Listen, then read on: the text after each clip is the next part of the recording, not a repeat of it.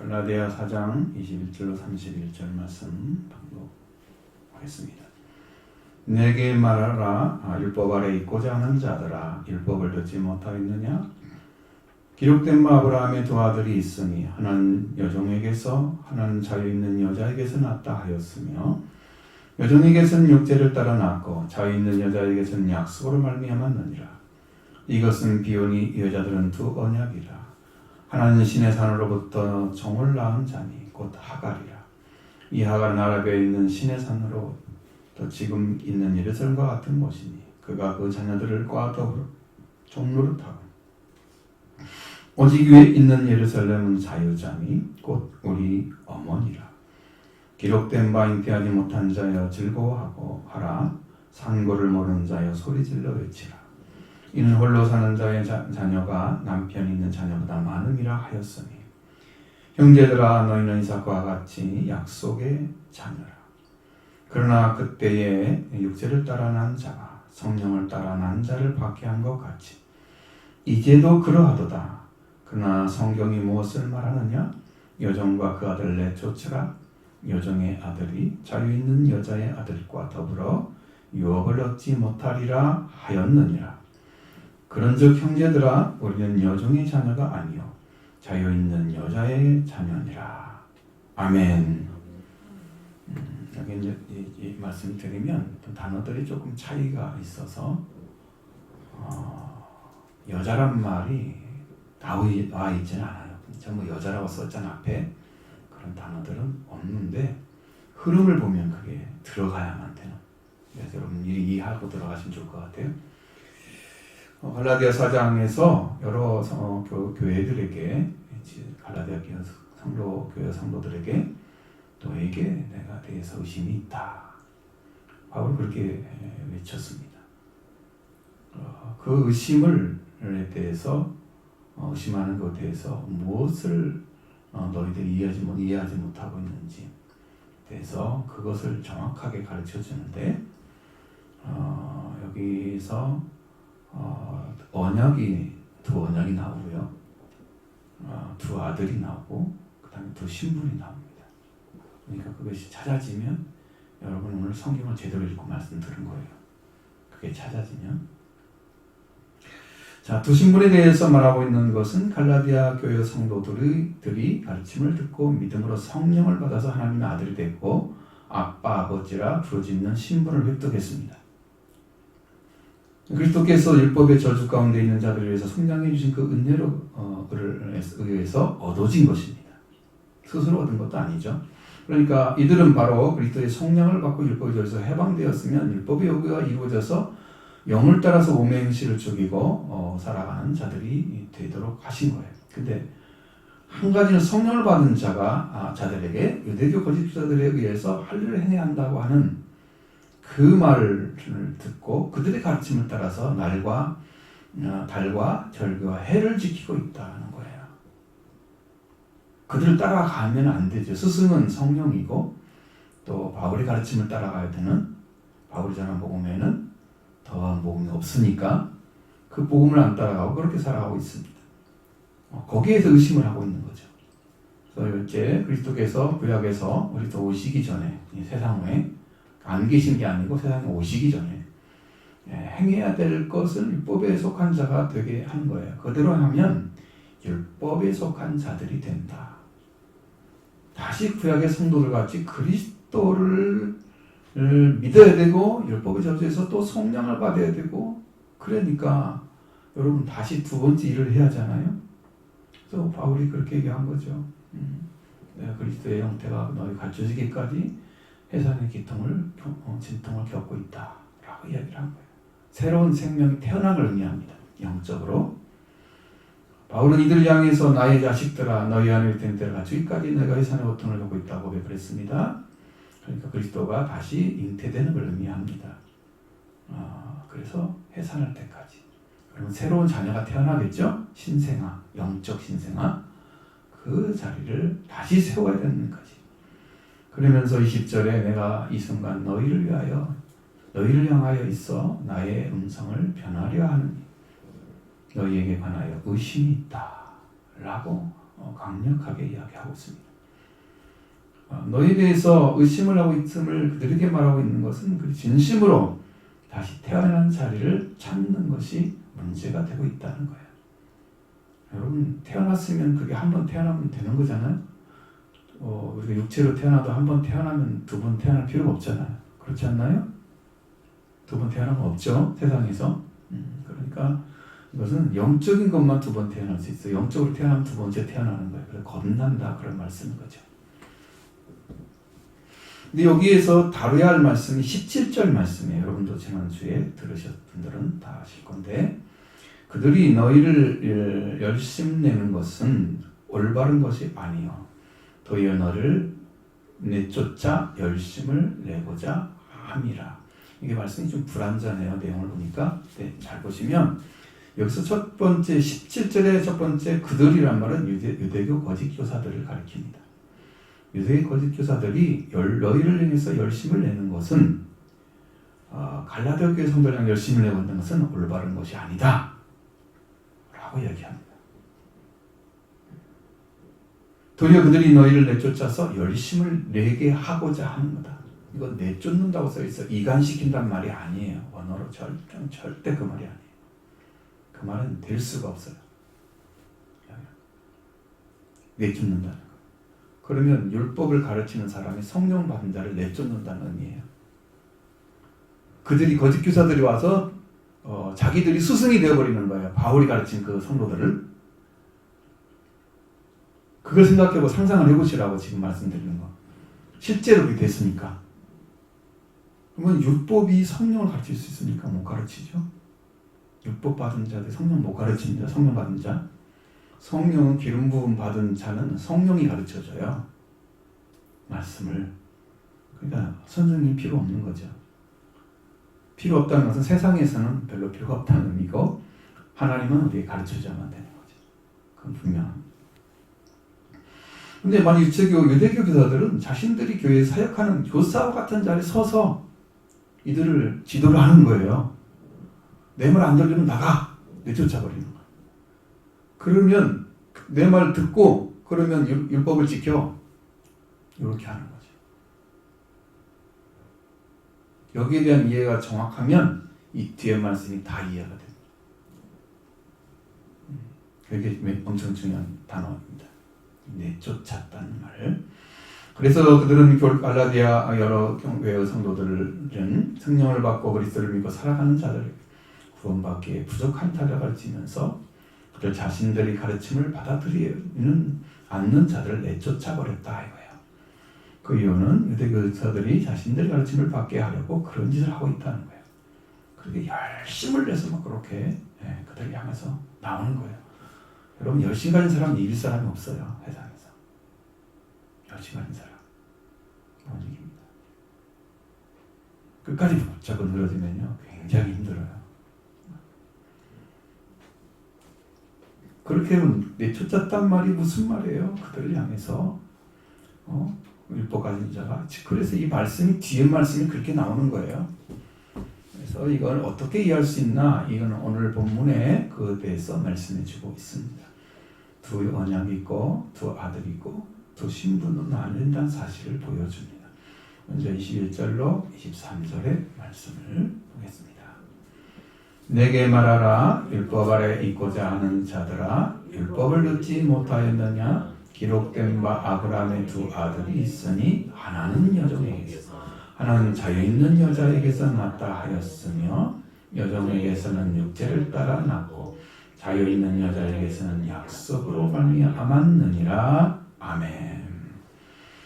자, 이 말씀 이렇게 되어 있죠. 나에게 말하라. 율법 아래 있고자 있기를 원하는 자들아, 율법을 들어보지 아니하였느냐? 기록되어 있나니 아브라함이 두 아들을 가졌다.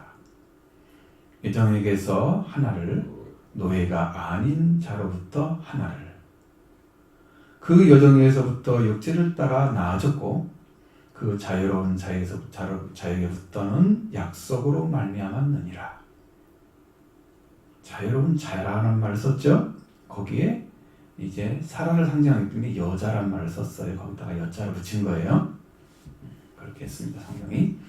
자, 자, 사도 바울은 갈라디아 여러 교회 성도들에게 이렇게 말합니다. 나에게 말하라. 율법 아래 있기를 원하는 자들아. 여러분, 구원에서 떨어질 위험이 있는 자들, 그를 콕 집어서 율법 아래 있기를 원하는 자들이라고 말했습니다.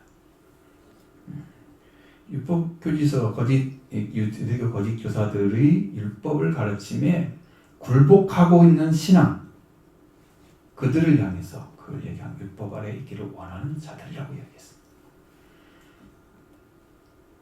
만약에 율법 아래 다시 떨어지기를 원한다면 그들은 이제 율법의 저주 가운데 또 떨어지는 거예요.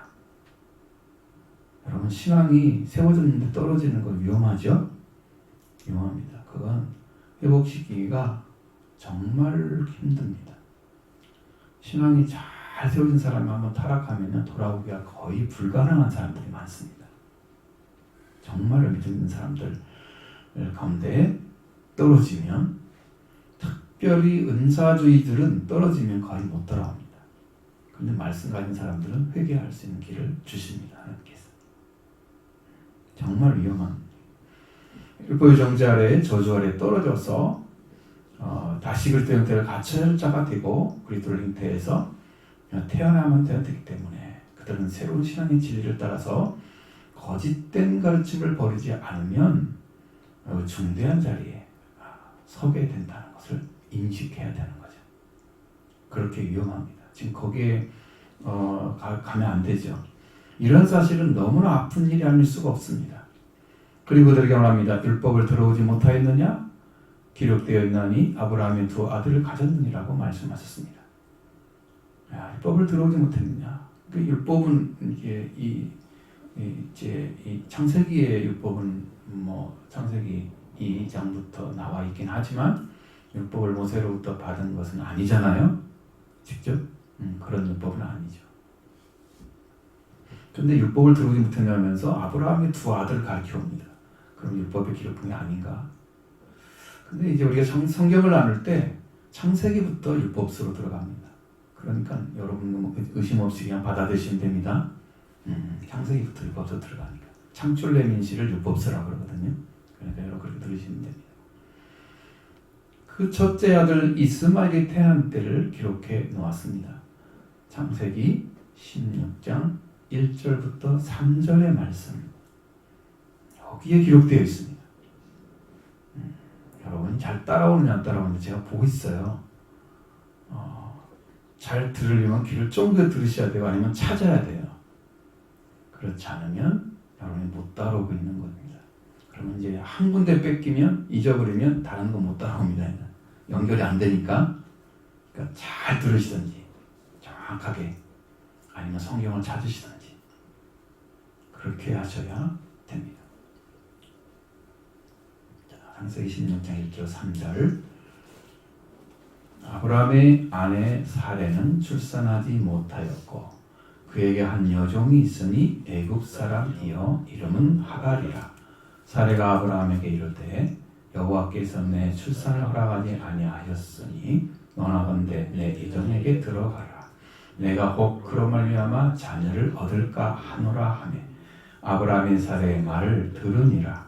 아브라함의 아내 사레가 그 여종 애굽 사람 하갈을 데려다가 그 남편 아브라함에게 첩으로 준 때는 아브라함이 가나안 땅에 거주한 지 10년 후였더라. 아멘. 자, 아브라함이 아니고 아직은 아브람이죠. 아브라함의 아내 사라도 사례죠. 지금 아직도 그들은 하나님의 언약을 받고 아들을 낳을 준비가 되지 않았습니다. 그래서 이름이 계명이 되지 않은 거예요. 여호와께서 주신 내가 너로 창세기 12장 2절에 내가 너로 큰 민족을 이루게 하겠다. 내게 복을 주는 내 이름을 창대하게 하겠다. 너는 복이 될지라 라고 말씀해 주셨습니다. 여러분 복이 되는 사람은요 이 세상에 얼마나 드문지 몰라요. 왜냐하면 하나님이 이제 선포하신 복이 되는 걸 말하기 때문입니다. 창세기 1장 28절, 28절의 말씀이 태초의 복이잖아요. 그 복이 이루어지는 사람은 왕과 아들의 자리를 찾은 사람의 영으로. 근데 그 자리를 찾은 사람들이 없어요. 아브라함이 지금 최초로 찾고 있는 거예요. 거기를. 그래서 복이라고 얘기하면 너는 복이 되라 말씀하셨습니다. 아브라함은 고귀한 아버지, 큰 아버지라는 뜻입니다. 아브라함은 열국의 아버지, 여러 민족의 아버지라고 하는 것이죠. 계명되면 사레는 나의 공주라는 뜻입니다. 개인을 강조하죠. 그러나 사라는 공주라는 뜻입니다. 자기를 강조하잖아요. 그래서 열국의 어미가 된다고 얘기하는 거예요. 나의 공주란 말은 다르죠. 아브라함의 사례는 출산하지 못했고 그에게 한 여종이 있었다. 근데 그게 애굽 사람이에요. 이름은 하갈이고. 자, 사례가 아브라함에게 말합니다. 여호와께서 내 출산을 허락하지 아니하였으니. 이게 얼마나 중요한지 몰라요. 이렇게 기다렸는데 아이가 안 생기는 거야. 10년이 지났는데 약속의 말씀이 안 이루어지는 거야. 그러니까 아직 소망이 있긴 하지만 하나님을 기대하지 않아요. 자기들이 스스로 하는 거예요. 원하는 거. 그래서 여정에 들어가라고 얘기합니다. 그러면 자녀를 얻을까라고 생각했기 때문이죠. 자기의 의는 얻어지지 않으니까. 근데 아브라함도 사례의 말을 듣습니다. 자, 이건 누구한테 말하면 하나님 말씀하신 거예요? 아니죠. 여기서 정리를 하고 들어가셔야 됩니다. 하나님 말씀하신 게 아니고 사례가 말하고 아브라함이 동의한 것입니다. 그럼 인간의 뜻으로 난 거죠? 인간의 뜻으로. 그래서 육체로 난 자녀가 되는 거예요.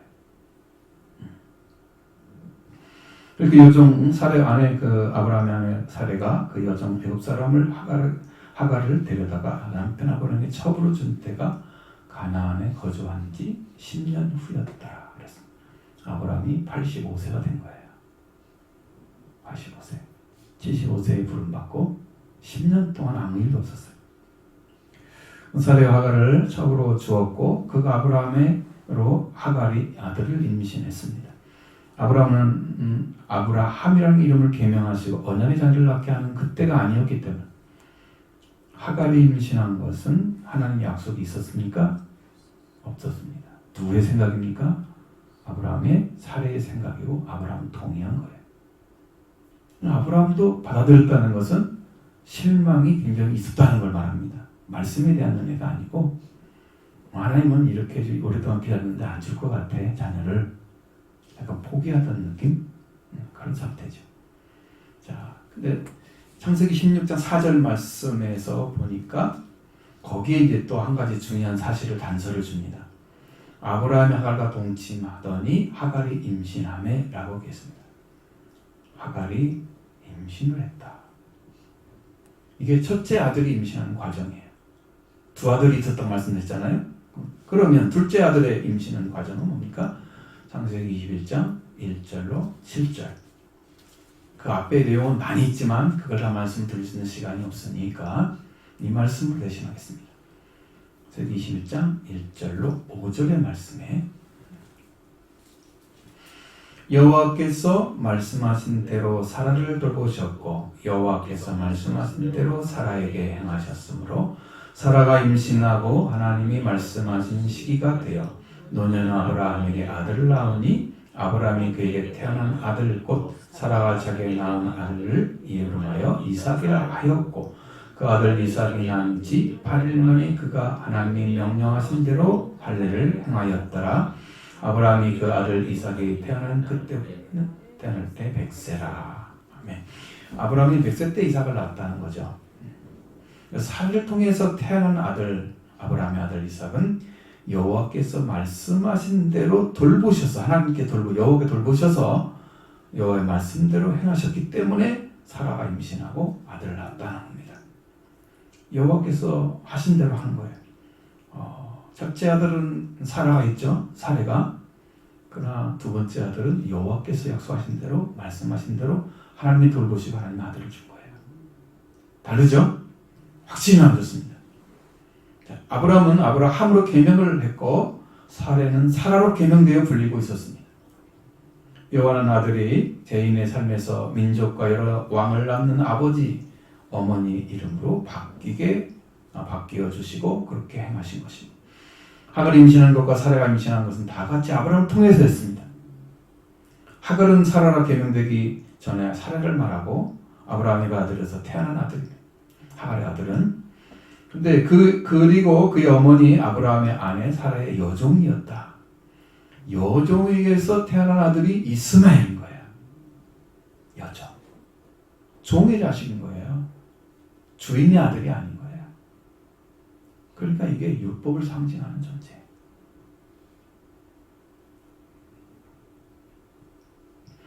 자, 창세기 17장 18절로 19절 말씀 보시면 여기에서 하나님 충분하게 여러분 말씀하십니다.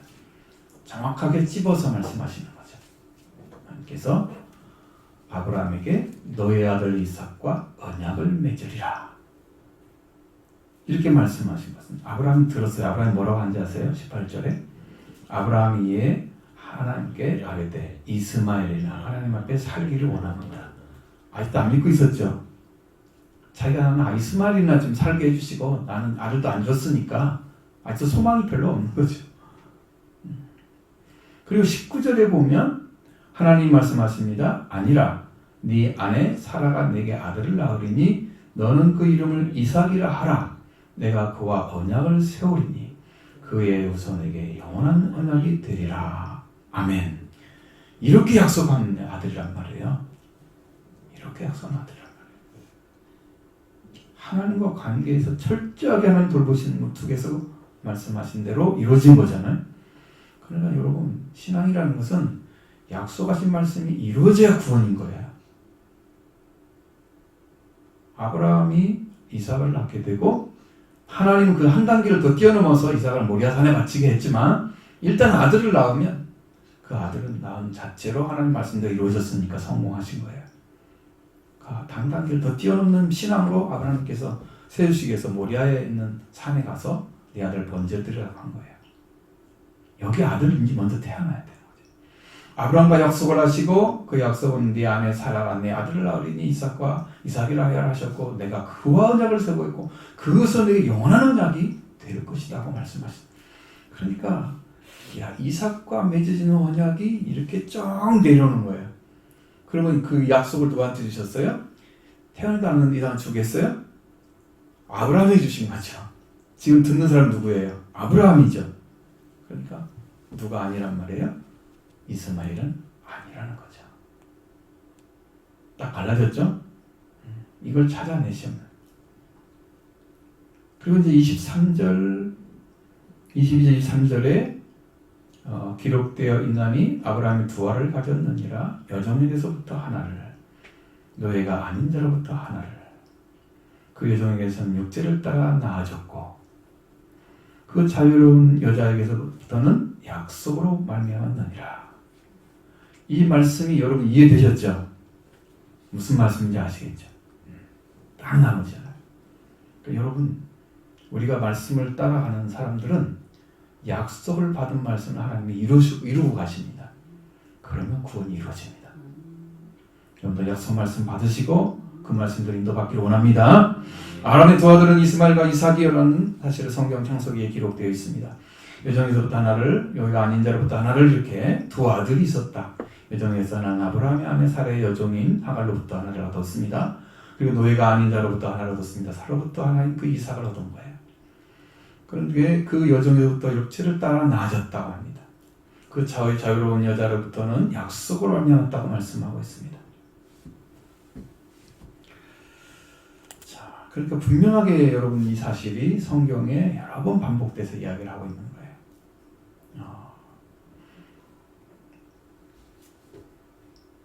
사라가 언약의 자손인 이삭을 약속받기 이전에 살해였을 때 애굽인 사람이 여종을 하갈로 통해서 자녀를 얻게 하는 아브라함의 첩으로 준 것이에요. 그건 참 희한한 거죠. 자기가 못나니까 자기 종을 통해서 자기 아들을 낳으려고 생각한 거예요. 그런데 그 여자가 임신하고 자기 아들이라고 우기지, 자기 주인에게 주겠어요? 안 주죠? 당연히 안 줍니다. 그러니까 그건 헛수고였어요. 그 인간의 계획이에요. 그 약속과 상관없이 육체로 낳아진 아들이에요. 육체로 사람의 뜻으로 계획해서 낳은 아들이에요. 그러나 자유로운 여자로부터 약속으로 말미암았다 말씀하시죠. 사라는 종이 아닌 주인이었습니다. 자유로운 여자였습니다. 여호와로부터 사라로부터 태어날 자인 이삭과 언약을 맺겠다고 말씀하셨고 그 약속의 아들이었던 것입니다. 자, 이것은 풍요입니다. 이 여자들은 두 언약이라고 말씀해주고 있습니다. 24절로 26절의 말씀입니다. 이것은 비오니 여자들은 두 언약이라 하나는 신의 산으로부터 종을 낳은 자니 곧 하갈이라. 이 하갈은 아라비아에 있는 신의 산으로부터 지금 있는 예루살렘과 같은 곳이니 그가 그 자녀들과 더불어 종노릇하고 위에 있는 예루살렘 자유자니 곧 우리의 어머니라. 아멘. 이것은 어떻게 해석이 되냐면 그것은 의적으로 말해지고 있으니 이것들은 두 언약이라. 하나는 신의 산에부터 노예를 낳았으니 그는 하갈이니라. 이 하갈은 아라비아에 있는 신의 산이니 지금 예루살렘과 같은 곳이니 그가 자식들과 함께 종이 되었느니라. 그러나 위에 예루살렘은 자유로우니 우리의 어머니이니라. 이 말씀은 우의적으로 말하겠다고 해요. 우의란 말은요, 다른 사물을 빗대어서 비유적인 방식으로 나타내거나 풍자하는 걸 가리키는 것이 우의적으로 나타내는 것을 말하는 거예요.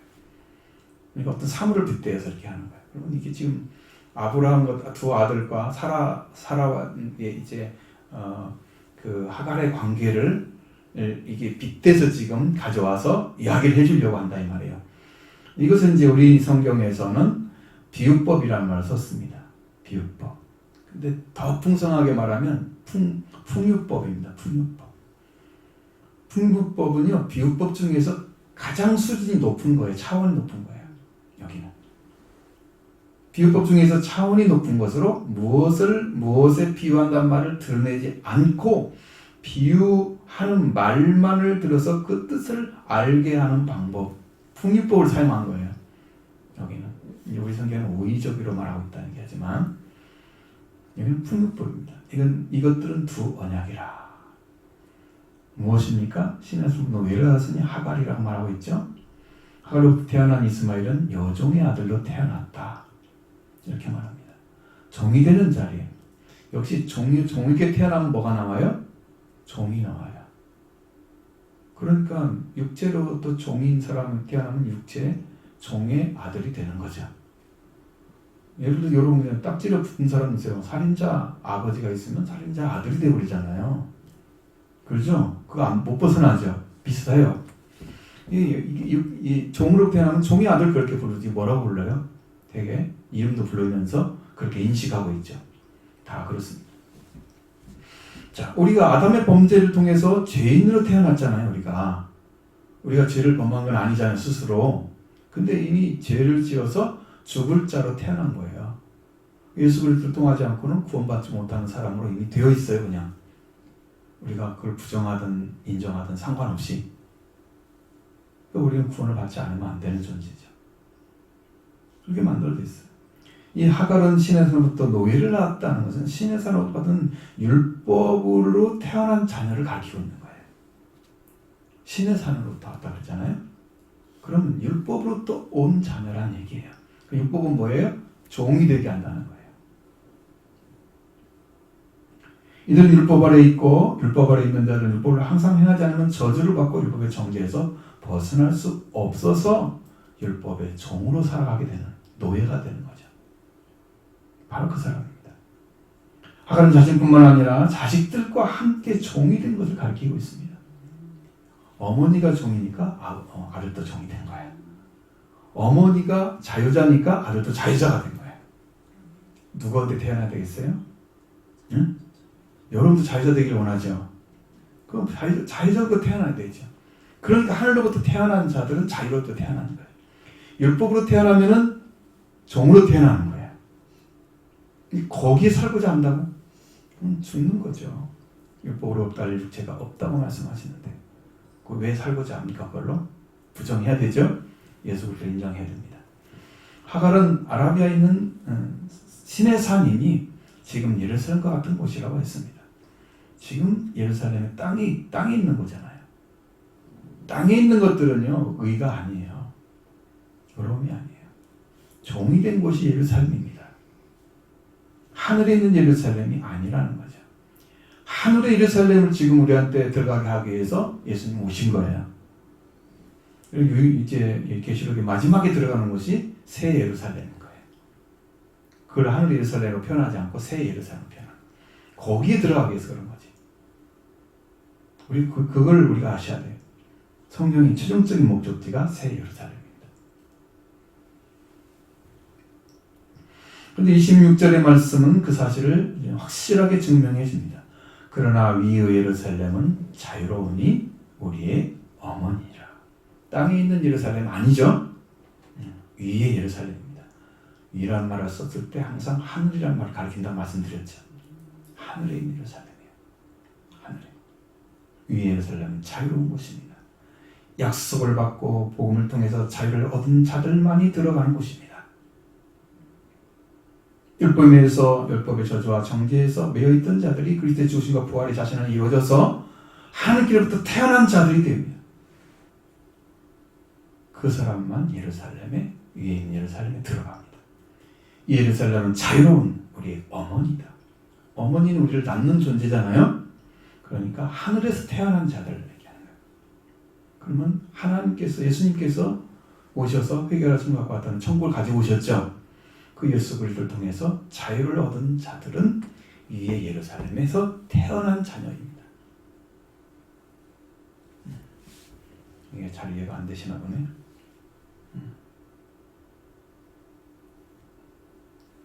예수님은 여기 땅에 오셔서 천국의 아들들을 낳겠다고 말씀하셨어요. 천국의 아들들. 하나님께로부터 태어난 자들. 그건 천국의 아들들입니다. 자유로운 곳이죠. 그 자유로운 곳에 새 예루살렘을 말씀해주고 있습니다. 우리도 이삭과 같이 언약을 받고 약속대로 태어난 자녀가 되는 거예요. 그 길을 걸어가도록 여러분을 지금 인도해주고 있는 거예요. 이 말씀은. 그래서 우리의 어머니는 자유로운 자이다. 그렇게 명령해주고 있습니다.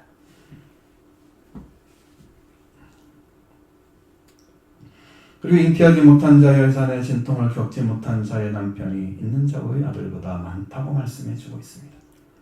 이 7절 말씀 같이 봅니다. 기록된 바 잉태하지 못한 자여 즐거워하라. 산고를 모르는 자여 소리질러 외치라. 이는 홀로 사는 자의 자녀가 남편 있는 자의 자녀보다 많음이라 하였으니. 아멘. 이 말씀은 이사야 54장 1절 말씀을 그대로 인용을 했습니다. 거의 같아요. 잉태하지 못하며 출산하지 못한 너는 노래할지어다. 산고를 겪지 못한 너는 외쳐 노래할지어다. 이는 홀로 된 여인의 자식이 남편 있는 자의 자식보다 많음이라 여호와께서 말씀하셨느니라. 이 말씀을 인용한 것입니다. 이사야 54장 1절을.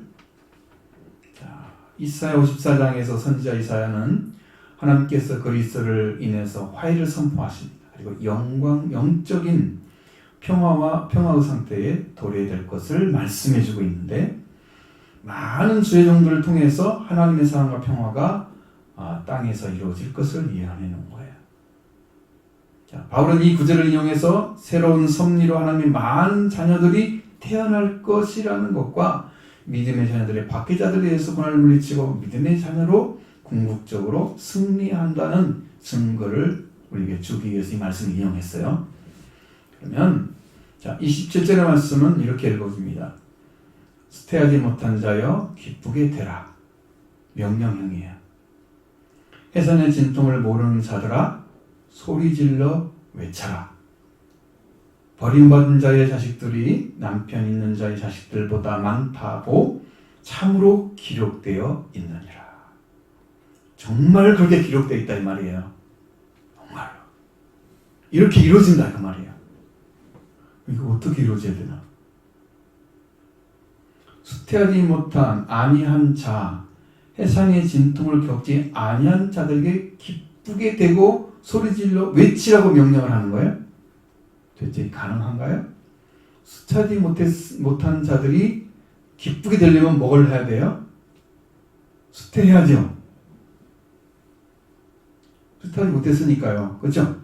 수태해야 뭐해요? 기쁘게 되죠. 그죠? 해산의 진통을 겪지 않았던 자가 자녀를 낳지 않았잖아요. 근데 소리질러 외쳐요. 와, 자녀가 태어났다. 내 자녀가 많다. 어떻게 외쳐요?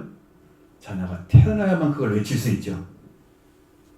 태어나지 않으면 왜 어떻게 외칠 수 있어요? 그게 기쁨이 되지 않는데. 그런데 소리질러 외치라고 명령을 합니다. 자녀를 못한 자에게 기쁘게 되는 일은 자녀가 많이 태어날 때 기쁘게 되는 거죠. 그러면 수태를 해야죠. 또 소리질러 외칠 수 있습니다. 자녀가 태어나고 기쁨으로 태어나면 그것이 기쁨이 되고, 해산을 하고 난 다음에 소리질러 외치는 자는 진통을 겪고 자녀가 태어났기 때문에 기쁨의 소리를 내는 거예요. 낳을 때는 막 고통스럽지만 나중에 낳고 나서 어떻게 해요?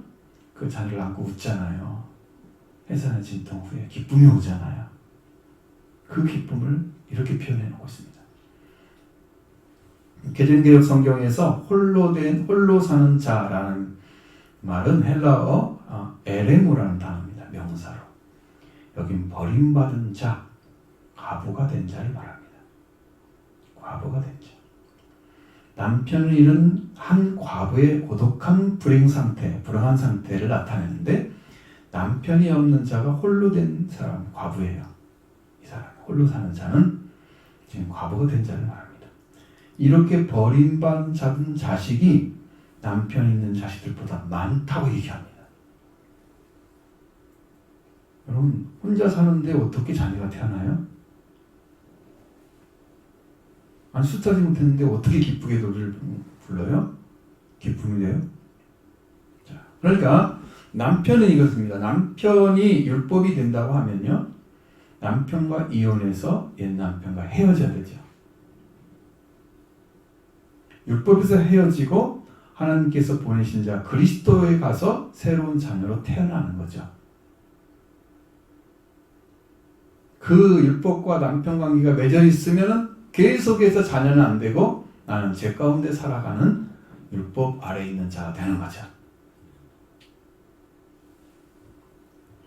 그러니까 빨리 가셔서 남편과 이혼하시고 율법과 이혼하시고 그리스도 부활되신 그리스도와 함께 새로운 자녀로 태어나시기 바랍니다. 이게 영적 회복이에요. 이게 일어나야 돼요. 홀로 사는 여자, 버림받은 역사적인 사건을 가리키는데, 과부가 된 자는 바로 바벨론 포로가 되었던 유다를 가리키고 있습니다. 바울은 이 말씀을 이용해서 94가 되어버려서 생리가 끊어져 버린 사라에게 주어진 약속의 말씀이 성취되는 것을 말씀해 주려고 하는 거예요.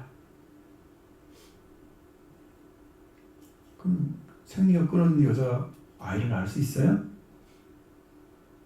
과학적으로 불가능하죠.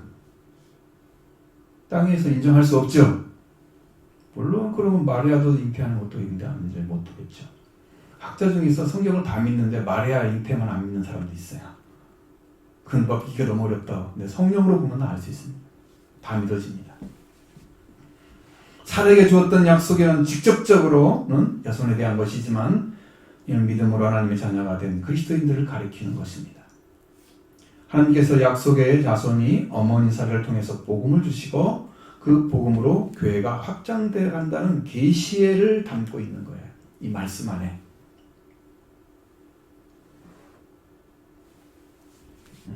이게 쉬운 말씀은 아니죠. 그러나 교회 확장은 부흥이라고 하죠. 언약의 성취. 하나님의 언약의 성취로 일어나는 것입니다. 교회가 키워지는 것은. 그래서 이 하늘의 예루살렘은 자유로우니 우리의 어머니다. 이 어머니가에게서 태어나는 자들은 이방인들을 상징하는 수밖에 없어요. 근데 자유로운 여인이잖아요. 유대인들은요, 그게 가능해요? 불가능해요? 안 돼요.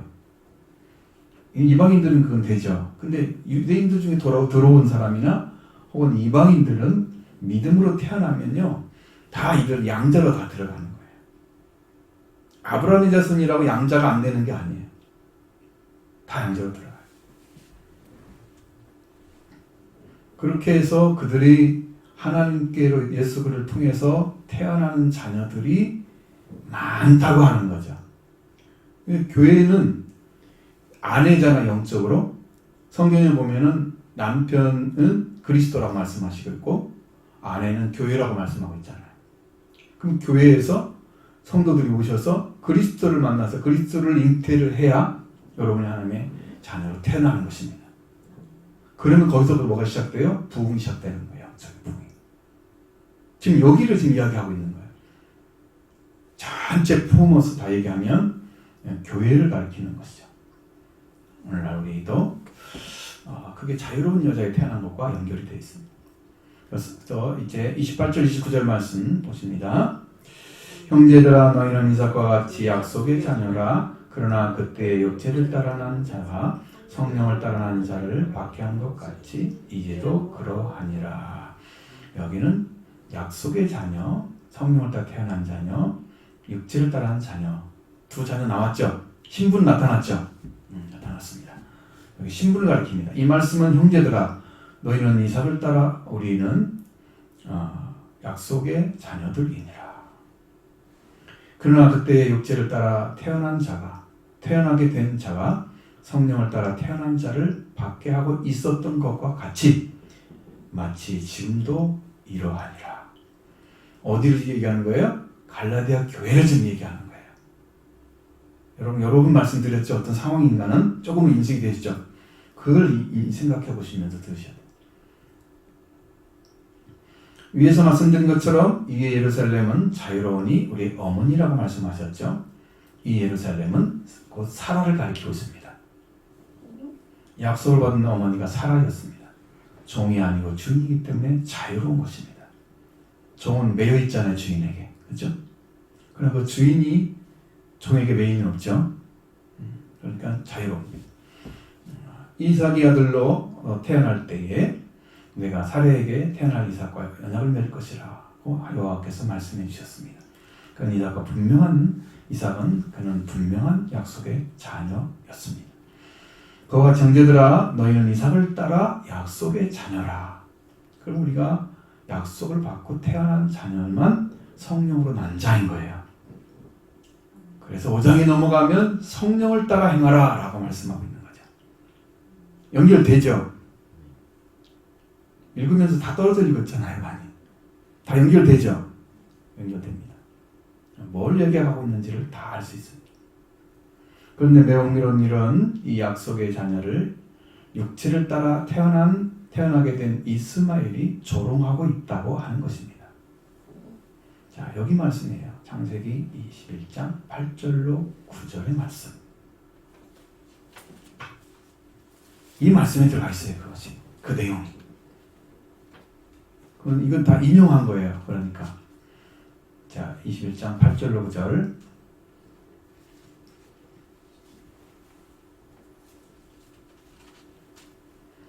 자, 이렇게 옆체를 따라 태어난 하갈의 아들이 이삭을 조롱했다고 기록했습니다. 보십니다.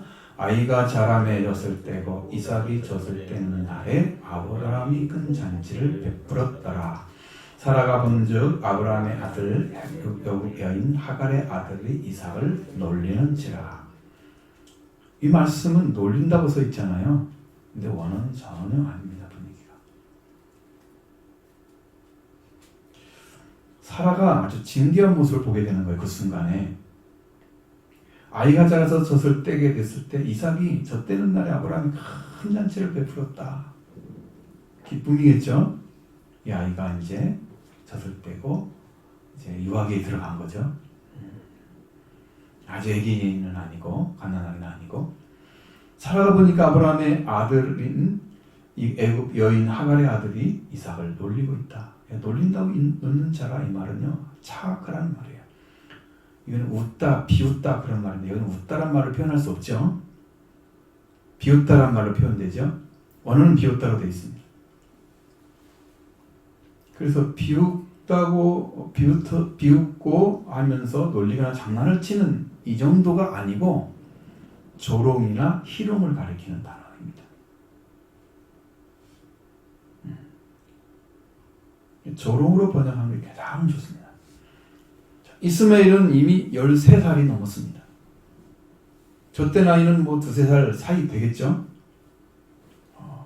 그러면 10살이 넘게 차이 나는데 그 자기 형제라면 졌을 땐 그 자기 동생을 어떻게 돌봐야 돼요?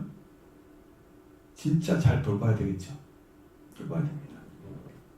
근데 그거 자기 동생을 조롱하는 것밖에 하지 못하는 자라면 이삭과 함께 살 수 있는 자가 아니에요. 그렇게 길러지지 않았다는 것을 아셔야 합니다. 여러분, 사람이 종되는 삶을 사는 사람들은요, 의식이 종이기 때문에 종이 되는 거예요. 저는 엄청 불의한 사람이라 종된 사람 없어요. 저를 종으로 시킬 사람이 없어요. 하나님만 저는 종으로 될 거예요. 사람은 종은 되고 싶지 않습니다.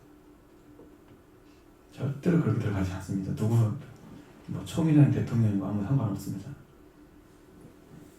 종이 아닙니다.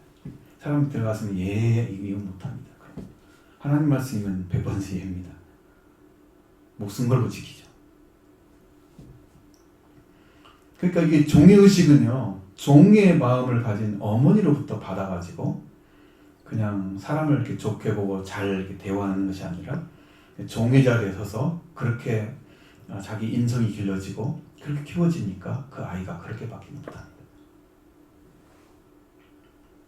그래서 이삭과 함께 있을 수가 없어요. 뭐가 없어요? 그 안에? 형제의 마음이 없어요. 형제의 마음이 이스마엘이 없었습니다. 아기를 조롱한다는 말이에요. 13살 먹은 애가. 이스마엘 여종의 아들이면서 서자입니다. 육체를 따라 낳은 자입니다. 애굽 여인 하갈과 이스마엘은 율법에 속한 자녀를 상징하거든요.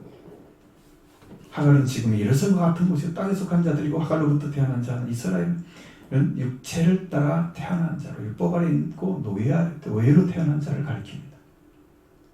여러분, 이렇게 완전히 달라지는데 약속의 자녀 이삭입니다. 사라에게 태어났죠. 이삭과 언약을 맺을 것이라 하나님께서 말씀하신 그 말씀을 받은 자예요. 사라는 위에 있는 예루살렘 자유로 가진 주인이었습니다. 하나님께로부터 약속받고 태어난 자녀를 상징하는 거죠. 마치 사라는 교회와 같은 모습을 보여주고 있습니다. 이삭에 속한 자녀들과 태어난 곳이 교회잖아요. 그리스도의 신부로 태어난 그리스도인에 대해서 해산이 되는 것이 영적인 신생아 태어나는 곳이 바로 교회입니다. 여기서 은혜를 받으면 여러 영적인 신생아로 태어납니다. 하나님 그 교회를 사랑하실 거예요. 왜? 그걸 하라고 보낸 거예요. 사실은 교회를 세운 것이. 자녀가 태어난 것이 이제 그냥 근다고 해서 응애하는 갓난아기만 키우는 것이 아니에요. 근데 교회는 너무 갓난아기만 키워요. 태어나도 않는데 지금 갓난아기 대우만 하는 것 같아요.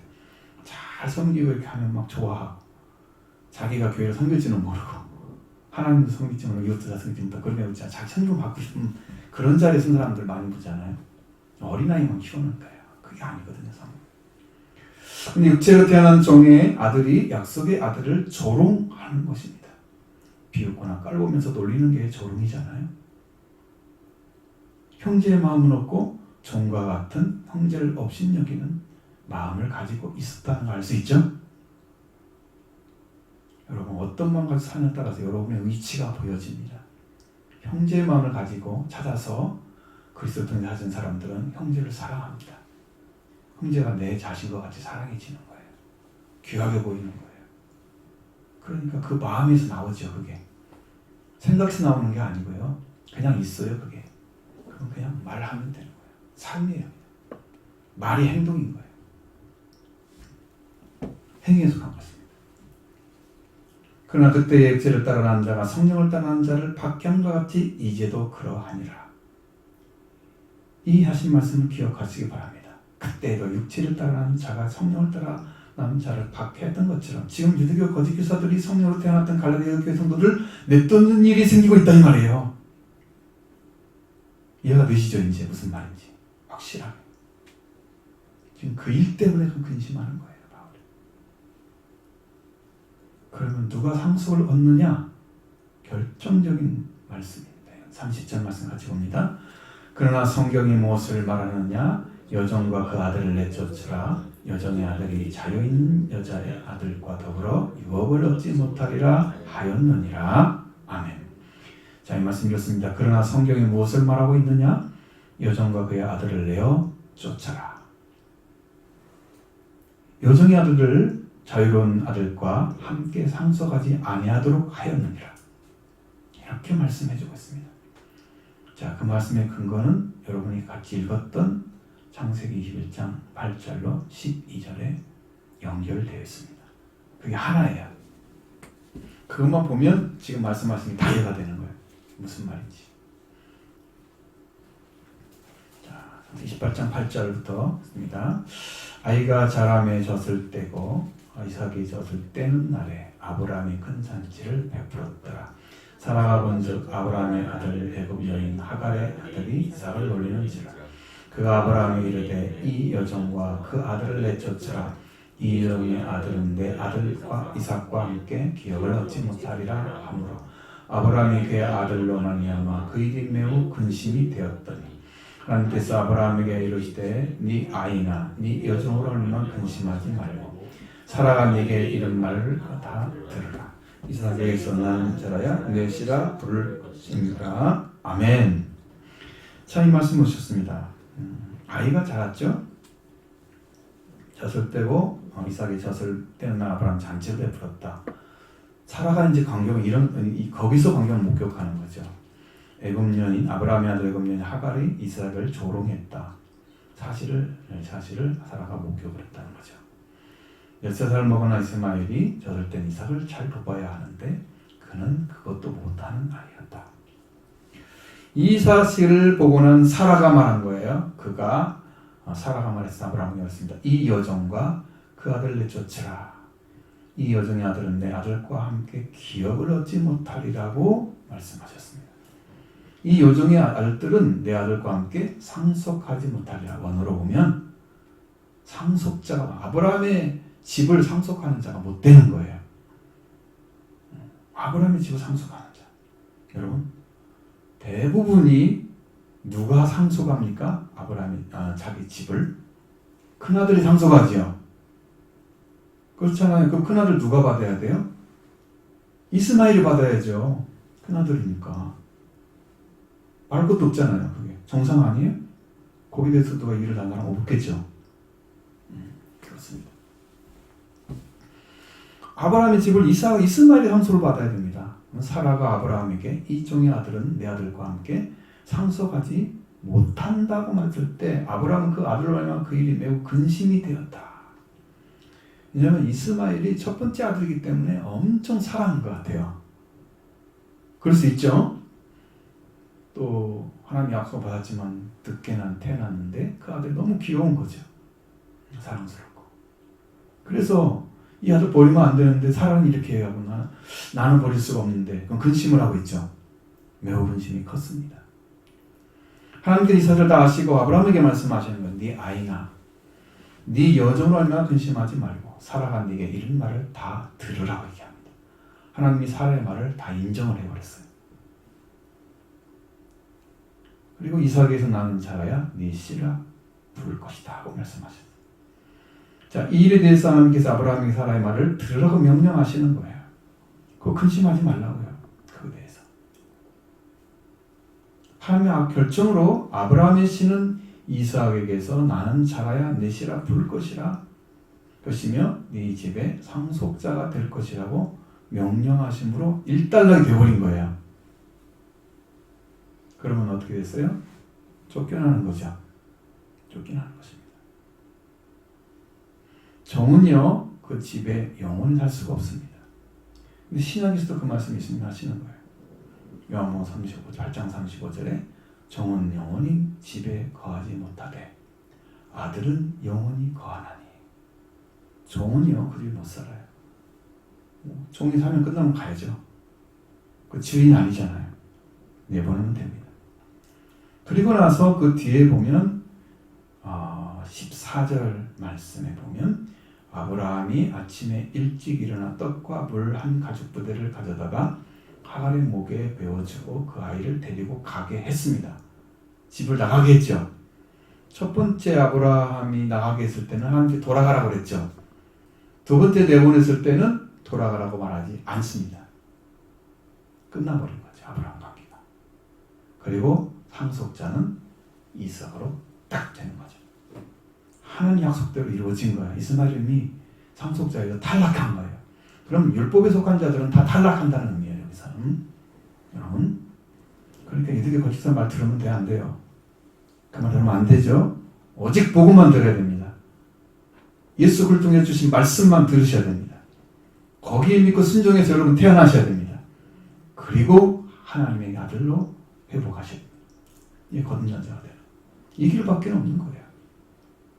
마지막 31절쯤입니다.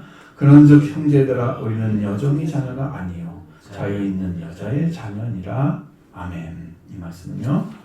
그러므로 형제들아 우리는 여종의 자식들이 아니요 자유 있는 여자의 자녀니라.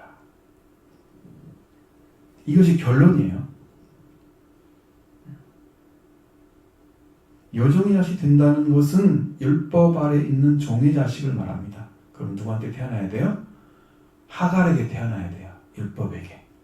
율법의 종이 돼서 율법대로 행하지 않으면 저주 아래 있으면서도 그걸 행해야만 되는 계속 노역의 자리에 서는 거죠.